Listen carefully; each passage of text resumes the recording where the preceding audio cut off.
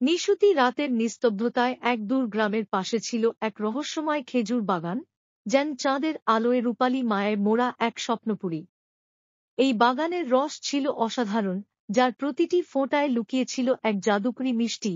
এমনকি গাঁয়ের মানুষ বলত, এই রস পানে শরীর জুড়ে ফিরে আসে প্রাণ, ঘুমের মাঝে দেখা দেয় পরীরা, আর মন হয়ে ওঠে হালকা পাখার মতো। এই বাগানের দেখভাল করতেন এক বৃদ্ধ, নাম হাজি মজিদ।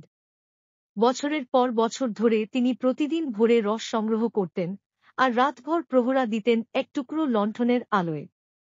কিন্তু কয়েক মাস হল, রোজ সকালে তিনি হাঁড়িগুলো ফাঁকা পান। গভীর রাতে কেউ বা কিছু এসে চুপি চুপি রস চুরি করে নিয়ে যাচ্ছে।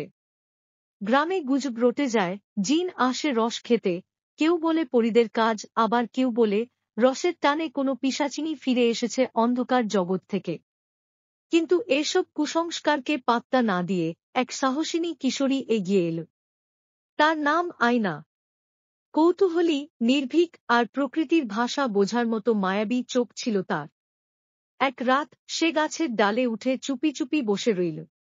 চাঁদের আলো ছুঁয়ে যাচ্ছিল খেজুর পাতার ফাঁকে ফাঁকে। সময় গড়াতে গড়াতে হঠাৎ ঝোপের ফাঁক দিয়ে এক ছোট্ট ছায়া এগিয়ে এল। সে ছিল অদ্ভুত এক প্রাণী, গা বাদামি খয়েরি, পিঠে ছোট্ট ডানা, আর চোখ দুটো যেন দুটো জোনাকি।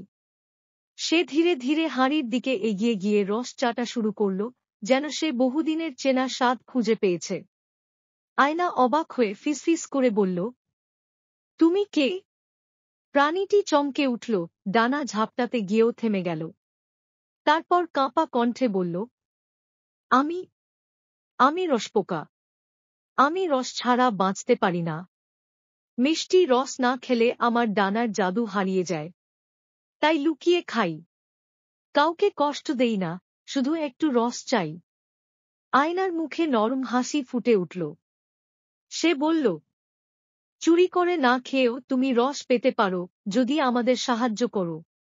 সেই রাত থেকে রসপোকা বদলে গেল। সে আর চুরি করত না, বরং হাজি মজিদ আর আয়নার সঙ্গে সে রোজ রাতে গাছে গাছে দুলে বেড়াত, রস পাহারা দিত। তার ছোট্ট ডানা আবার শক্তি ফিরে পেল, আর রসের মিষ্টিতে সে যেন আরও ঝলমল করতে লাগল। গ্রামের মানুষ বলত, এই বাগানের রসে এখন শুধু মিষ্টি নেই, আছে বন্ধুত্ব, বিশ্বাস আর জাদুর ছোঁয়া।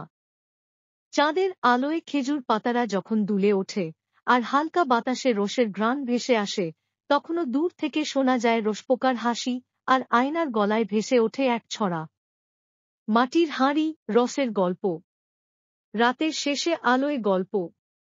রসপোকার ডানা মেলে, জাদুর রস উড়ে চলে। তাদের গল্প এখন বনের পাতায় পাতায় ছড়িয়ে পড়ে, এক সাহসিনী কিশোরী আর এক রসপোকার অলৌকিক বন্ধুত্বের গল্প, যা সত্যিই পরীর কাহিনীকে হার মানায়।